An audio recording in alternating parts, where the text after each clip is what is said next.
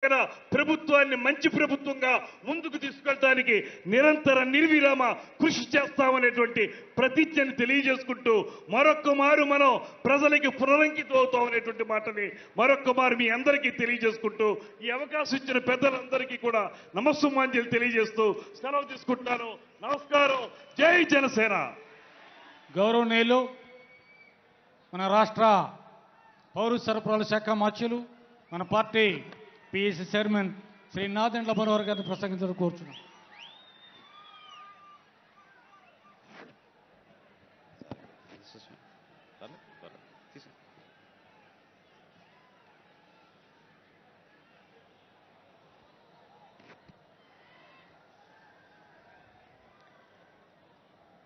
Janasena party అధ్యక్షులు, ఆంధ్రప్రదేశ్ రాష్ట్ర ఉప ముఖ్యమంత్రి, మనందరి నాయకుడు గౌరవనీయులు పవన్ కళ్యాణ్ గారికి ఈరోజు ఇంత అద్భుతమైన వేదిక పైన మీ అందరి ఆశీస్సులతోటి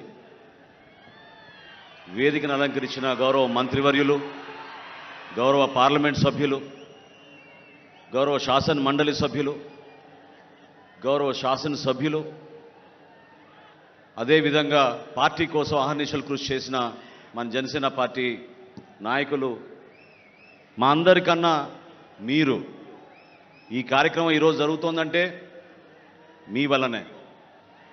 మీరు ఏ విధంగా మాకు ధైర్యం నింపారో, ఏ విధంగా మాతోటి నడిచారో, ఏ విధంగా పవన్ కళ్యాణ్ గారి నాయకత్వాన్ని మీరు నమ్మి మమ్మల్ని అందరినీ కూడా మీరు ముందుకు తీసుకొచ్చారో దానికోసమే ఈ సభ.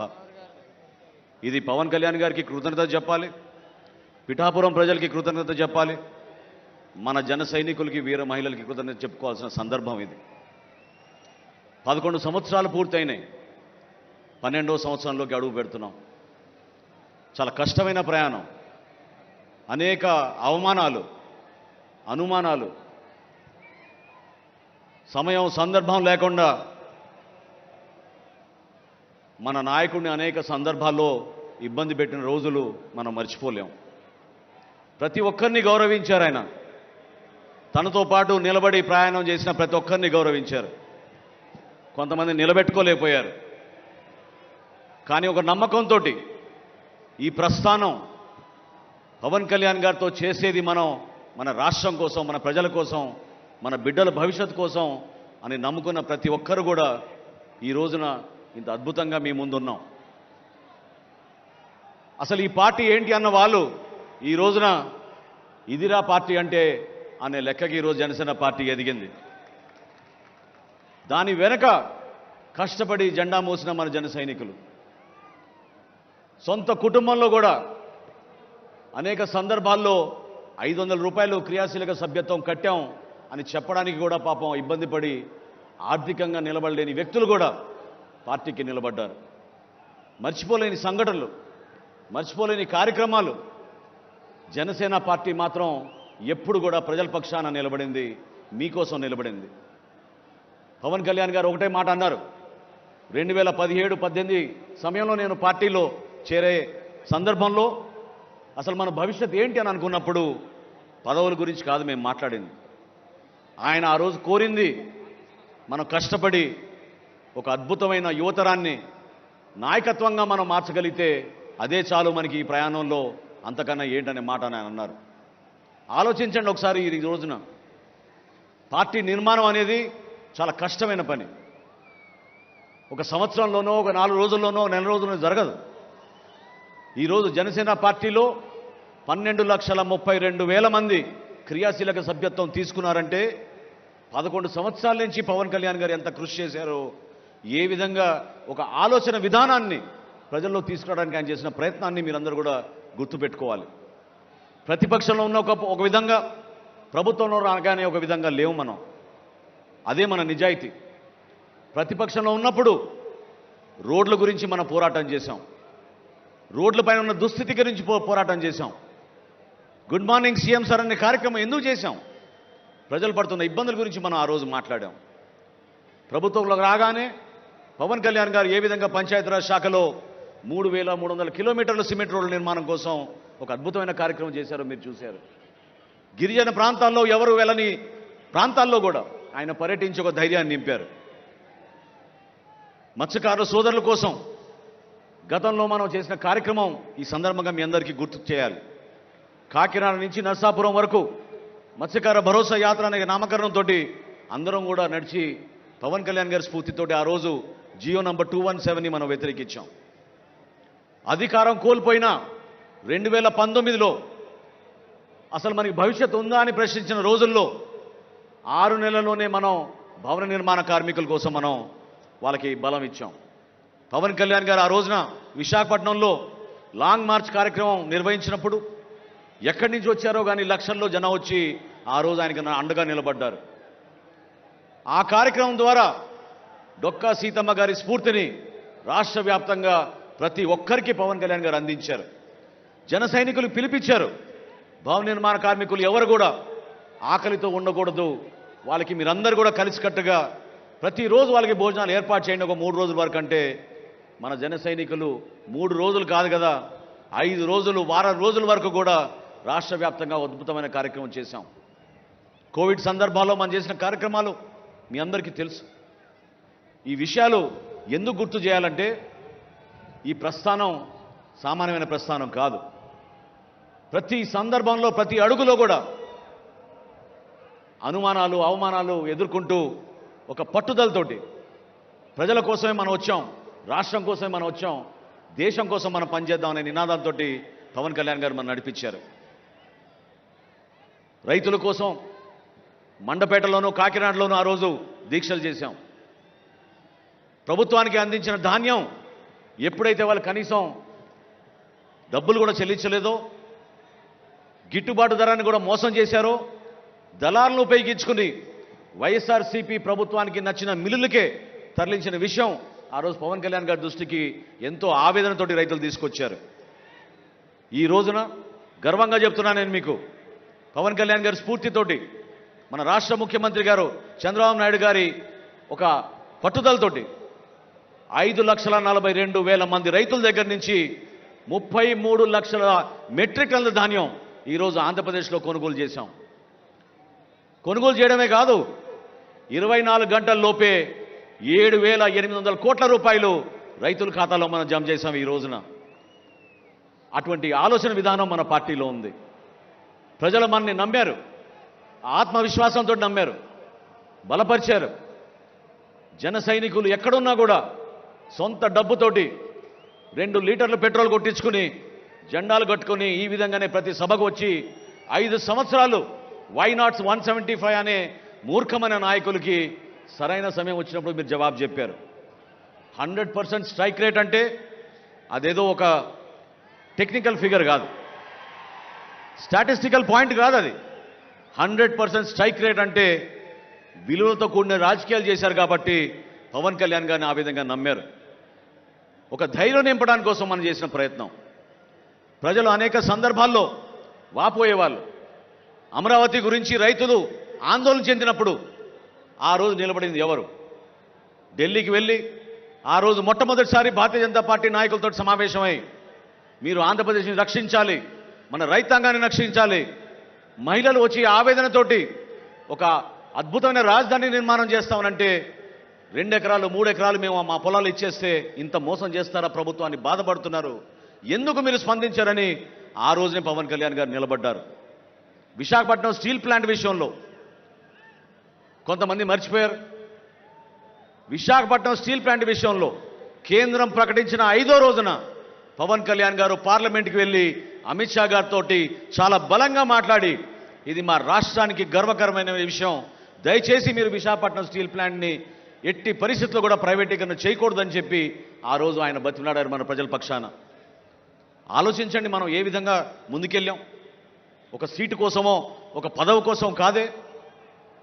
ఈరోజు రాష్ట్ర మంత్రివర్గంలో మీ తరఫున మేము ఉన్నామంటే అది కేవలం మీకు సేవలు అందించడానికి కోసం. మన జన సైనికుల్లో కూడా ఒక భావన రావాలి. మార్పు కోరారు మీరు, ఆ మార్పుని మనం నిలబెట్టుకోవాలి. కూటమి ప్రభుత్వం అన్నాక మన అందరికీ కూడా కొన్ని ఇబ్బందులు కష్టాలు ఉంటాయి, కానీ బాధ్యత కూడా మనకు పెరిగింది.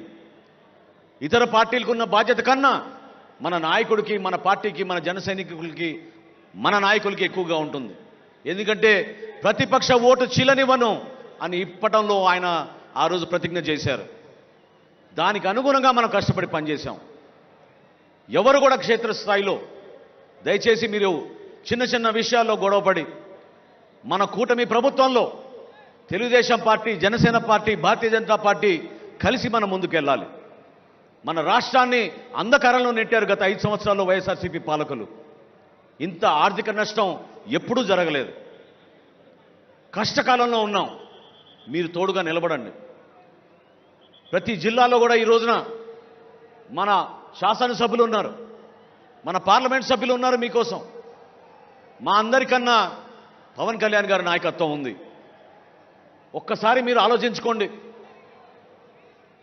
ఏ విధంగా ఈరోజు జన సైనికులు మహారాష్ట్ర నుంచి వచ్చారు ఇక్కడికి, ఏ విధంగా జన సైనికులు ఇక్కడికి కర్ణాటక నుంచి వచ్చారు ఇక్కడికి, ఏ విధంగా జన సైనికులు తమిళనాడు నుంచి వచ్చారు ఇక్కడికి, ఏ విధంగా జన సైనికులు కేరళ లాంటి రాష్ట్రానికి కూడా ఇక్కడికి వచ్చారు. నిజంగా ఎంతో ఆనందం కలిగించింది. ఈ సభ ద్వారా మీరందరూ కూడా ఆలోచించింది పవన్ కళ్యాణ్ గారి నాయకత్వం. రాబోయే రోజుల్లో ఆయన ఒక రాష్ట్రానికే కాదు, దేశానికే ఉపయోగపడే విధంగా ఎదగాలి. దానికోసం మీ సహాయం, మీ సహకారం ఎంతో అవసరం. నిలబడదాం ఈ ప్రయాణంలో. చిన్న చిన్న పొరపాట్లు, చిన్న చిన్న సమస్యలు ప్రతి ఒక్కరికి ఉంటాయి. కానీ కూటమిలో మనందరం కూడా కలిసిమెలిసి ముందుకు తీసుకెళ్ళాలి. ప్రభుత్వంలో ఉన్నాం. ఈ రోజున మహిళల కోసం మనం సంక్షేమ కార్యక్రమాలు అనేక చేస్తున్నాం. సూపర్ 6లో ఇచ్చిన గ్యారంటీ దీపం పథకం ఆ రోజు ఇచ్చాపురంలో గౌరవ ముఖ్యమంత్రి గారు ప్రారంభిస్తే, ద్వారకా తిరుమలలో మన రాష్ట్ర ఉప ముఖ్యమంత్రి పవన్ కళ్యాణ్ గారు ఆ రోజు దీపం పథకాన్ని ప్రారంభించారు. గర్వంగా చెప్తున్నా నేను, ఈరోజు 1 కోటి మందికి మనం ఉచితంగా గ్యాస్ కనెక్షన్ల ద్వారా, దీపం పథకం ద్వారా మన గ్యాస్ సిలిండర్లు ఇచ్చాం. 800 కోట్ల రూపాయలు వెచ్చించాం.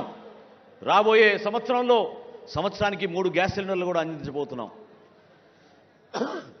నిలబడాల్సిన అవసరం ఉంది. త్యాగాలు చేశాం, కష్టపడ్డాం. కానీ మీలో మాత్రం ఎక్కడ కూడా ఆ ధైర్యం కోల్పోబాకండి. పదవులు వస్తాయి, పదవులు పోతాయి.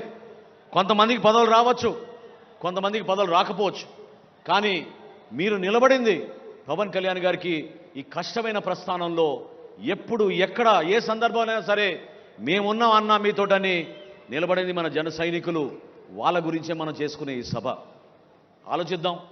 రాబోయే రోజుల్లో ఒక చక్కటి ప్రణాళిక, పార్టీ నిర్మాణం చేసుకుందాం.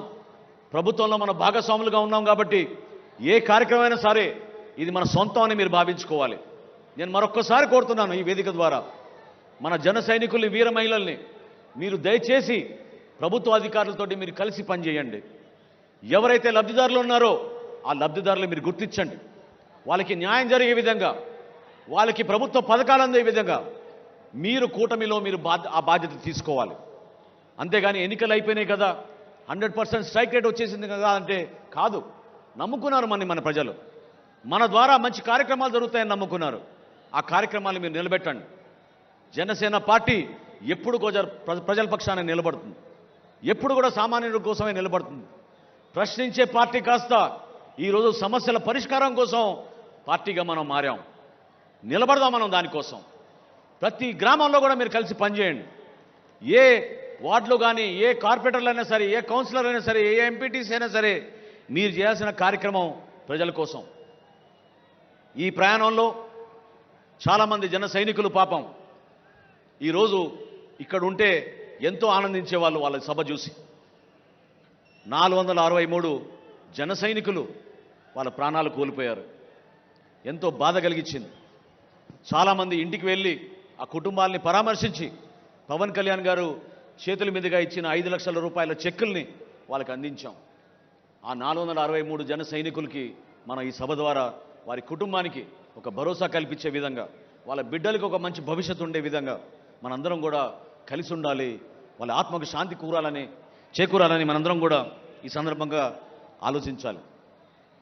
అదేవిధంగా పిఠాపురం ప్రజలకి, తూర్పుగోదావరి జిల్లా నాయకులకు మీరందరూ కూడా సహనంతో, సమన్వయంతో కలిసి మనం ముందుకెళ్ళాలి. ఇదొక బాధ్యత. మనం ఏ అడుగు వేసినా కూడా అది పవన్ కళ్యాణ్ గారి పైన పడుతుంది. నిలబడదాం, ప్రజల కోసమే నిలబడదాం. మనం చేసే ఏ కార్యక్రమం సరే నిజాయితీగా మన ప్రజల కోసం, మన రాష్ట్రం కోసం అనే ఆలోచనతోటి ముందుకెళ్దాం. ఎంతోమంది ఈ కార్యక్రమం విజయవంతం అవడానికి కోసం కృషి చేశారు.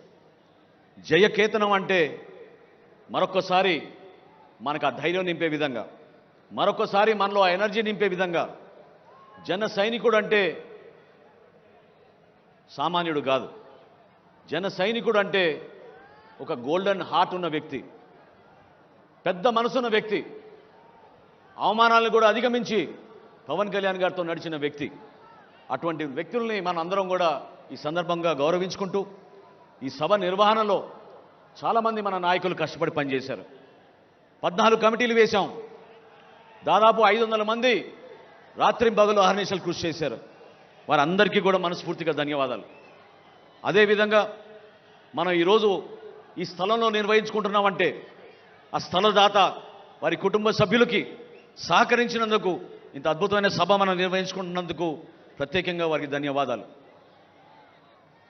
ఈ ప్రాంత చరిత్ర గురించి పవన్ కళ్యాణ్ గారు ఖచ్చితంగా మన భావితరాలకు చెప్పమన్నారు.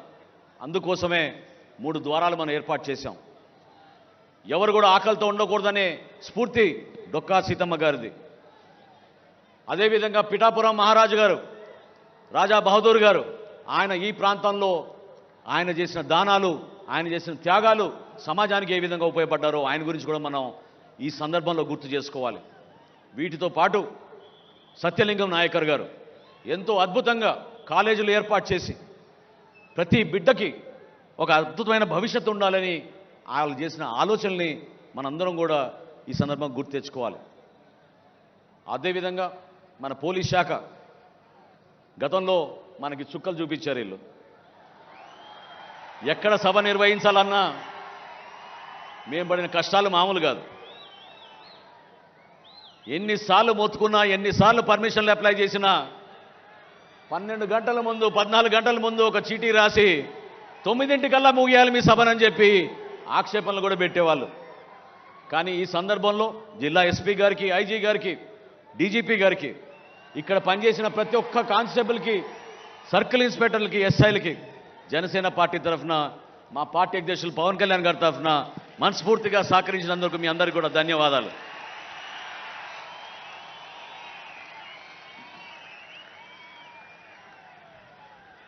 ఈ కష్టకాలంలో మనతో పాటు నిలబడిన మన వాలంటీర్స్, ఇందాక చూశారు మీరు ఏ విధంగా వాళ్ళు నిలబడ్డారు. జనసేన పార్టీ ఈరోజు మీటింగ్లు జరుపుకుంటున్నామంటే, ఒక డిసిప్లిన్ విధానంలో జరుపుకుంటున్నామంటే, పాపం వాళ్ళకి గాయాలైనా కూడా, కాళ్ళు బెనికినా కూడా, చేతికి ఫ్రాక్చర్లు అయినా కూడా వాళ్ళు నిలబడి మీకు సేవ చేయాలనే ఆలోచనతోటి మన వాలంటీర్స్ నిలబడ్డారు. మనస్ఫూర్తిగా వాళ్ళు కూడా ఈ సందర్భంగా పార్టీ అధ్యక్షులు పవన్ కళ్యాణ్ గారి తరఫున, మనందరి తరఫున వారికి ధన్యవాదాలు. ఒక్కసారి చివరిలో మీరందరూ కూడా గుర్తుపెట్టుకోవాల్సింది, స్ఫూర్తి నింపే కొన్ని సంఘటనలు ఉన్నాయి. అమరావతి రైతుల విషయంలో కానివ్వండి, జనవాణి కార్యక్రమం మన విశాఖపట్నంలో జరుపుకున్నప్పుడు ఏ విధంగా పవన్ కళ్యాణ్ గారిని 3 రోజులు నిర్బంధించారో నోవోటెల్ హోటల్లో ఆ రోజు మీకు గుర్తుంది. గోవిందమ్మ అనే ఒక తల్లి తన బిడ్డతోటి అక్కడ కూర్చుని ఆ రోజు బీచ్ పైన స్ఫూర్తిదాయకంగా రాత్రంతా నిలబడి, మా అన్నని మాత్రం అరెస్ట్ చేయకూడదు, మేము అన్నని కాపాడుకుంటామని ఆ రోజు గోవిందమ్మ నిలబడింది. నిజంగా మీకు మనస్ఫూర్తిగా మీకు నమస్కారాలు. పార్టీని తన బిడ్డతో పోల్చిన ఒక తాపీ మేస్త్రి ఈశ్వర్ గారు 50,000 రూపాయలు ఇచ్చారు ఆ రోజు ఇప్పటం సభకి. ఆయన ఒక దాతగా, ఒక స్ఫూర్తిదాయకమైన దాతగా నిలబడ్డాడు. ఈశ్వర్ గారిని మనం ఎప్పుడూ మర్చిపోలేం. ఎందుకంటే పార్టీ ఇంత దూర ప్రయాణం చేయగలిగామంటే, నేను పవన్ కళ్యాణ్ గారితో పాటు ప్రతిరోజు నేను దాదాపు నడిచాను కాబట్టి నాకు తెలుసు. ప్రతిసారి సొంత డబ్బులు ఆయన ఇచ్చారు. పార్టీ కార్యక్రమం ఏదన్నా కూడా మన జన సైనికుల కోసం, చివరికి సభ్యత్వం విషయంలో కూడా పవన్ కళ్యాణ్ గారు నిధులు ఇచ్చేవాళ్ళు. కౌలు రైతులు ఆత్మహత్య చేసుకుంటే వాళ్ళ కుటుంబాలని ఆదుకోవడానికి 5 కోట్ల రూపాయలు విరాళం ఇచ్చిన ఏకైక నాయకుడు భారతదేశంలో పవన్ కళ్యాణ్ గారు. ఈ కార్యక్రమాలు మనం గుర్తుపెట్టుకోవాలి. అవే మనకి స్ఫూర్తినిచ్చినాయి. ఈ కార్యక్రమాల ద్వారానే మన పార్టీని మనం ముందుకు తీసుకెళ్దాం. 100% స్ట్రైక్ రేట్ అయిపోలేదు. 100% స్ట్రైక్ రేట్ రాబోయే స్థానిక సంస్థల ఎన్నికల్లో కూడా మనం అది తీసుకురావాలి. ప్రతి ఎంపీటీసీ గెలవాలి, ప్రతి జెడ్పీటీసీ గెలవాలి, ప్రతి కౌన్సిలర్ గెలవాలి. కూటమి విజయం సాధించే విధంగా మన అందరం కూడా మనస్ఫూర్తిగా చేయాలి. చివరిలో రేపటి రోజున పవన్ కళ్యాణ్ గారి కోరికది, మీరందరూ కూడా నిలబడతారని నేను ఆశిస్తున్నాను. రేపటి రోజున సభ ముగిసిన తర్వాత ఈ ప్రాంతం మొత్తం స్వచ్ఛ ఆంధ్రప్రదేశ్గా మనందరం కలిసికట్టుగా ఏ రాజకీయ పార్టీ చేయని విధంగా మనం కార్యక్రమాల్లో పాల్గొని కేవలం చెత్తనే కాదు, ఫ్లెక్సీలు, జెండాలు, ఇతర పార్టీల జెండాలు కూడా గౌరవంగా తీయాలని పవన్ కళ్యాణ్ గారు చెప్పడం జరిగింది. దాన్ని మనం నిలబెట్టుకుందాం. పిఠాపురం ప్రజలకి మరొకసారి నేను మనస్ఫూర్తిగా ఒక అద్భుతమైన విజయం అందించినందుకు పవన్ కళ్యాణ్ గారిని ఈ విధంగా రాష్ట్రానికి ఉప ముఖ్యమంత్రిగా చేసినందుకు వారికి ప్రత్యేకంగా ధన్యవాదాలు తెలుపుతూ, కూటమి ప్రభుత్వంలో మనకున్న బాధ్యతని మీరు నిలబెట్టండి, కలిసి పనిచేద్దాం. ఈ జనసేన పార్టీ ప్రజల కోసం నిలబడుతుంది.